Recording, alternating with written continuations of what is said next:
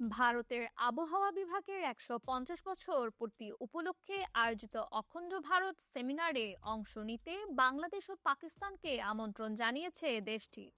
পার্থক্য দূরে রেখে ঐক্যবদ্ধভাবে উপমহাদেশের ইতিহাসকে উদযাপনের জন্য এ আমন্ত্রণ জানানো হয়েছে। ভারতের সংবাদ মাধ্যম এনডিটিভির প্রতিবেদনে বলা হয়েছে, সব ধরনের মত পার্থক্য দূরে রেখে ঐক্যবদ্ধভাবে উপমহাদেশের ইতিহাসকে উদযাপনের জন্য এ অনুষ্ঠানে সবাইকে আমন্ত্রণ জানানো হয়েছে। বাংলাদেশ ও পাকিস্তানের পাশাপাশি ভুটান, আফগানিস্তান, মিয়ানমার, মালদ্বীপ, শ্রীলঙ্কা এবং নেপালও সেমিনারে আমন্ত্রণপত্র পেয়েছে।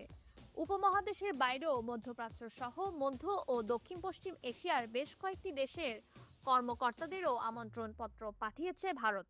পাকিস্তান ইতিমধ্যেই সেমিনারে অংশগ্রহণের বিষয়টি নিশ্চিত করেছে।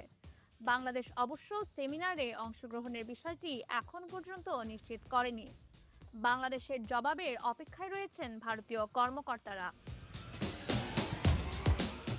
তবে অখণ্ড ভারত শব্দগুচ্ছ উপমহাদেশের প্রেক্ষাপটে বেশ বিতর্কিত। কারণ ভারতের ক্ষমতাসীন হিন্দুত্ববাদী রাজনৈতিক দল ভারতীয় জনতা পার্টি বিজেপি যে সংগঠনের ভাবশিষ্য, সে রাষ্ট্রীয় স্বয়ংসেবক সংঘের আরএসএস অন্যতম মূল মতাদর্শ হচ্ছে এই অখণ্ড ভারত। সে ধারণা অনুযায়ী একসময় ভারতবর্ষের ব্যাপ্তি ছিল পশ্চিমে আফগানিস্তান থেকে পূর্বে মিয়ানমার ও উত্তরে তিব্বত থেকে দক্ষিণে শ্রীলঙ্কা পর্যন্ত। Nowshin Tasnim Rahman, Dhaka West news.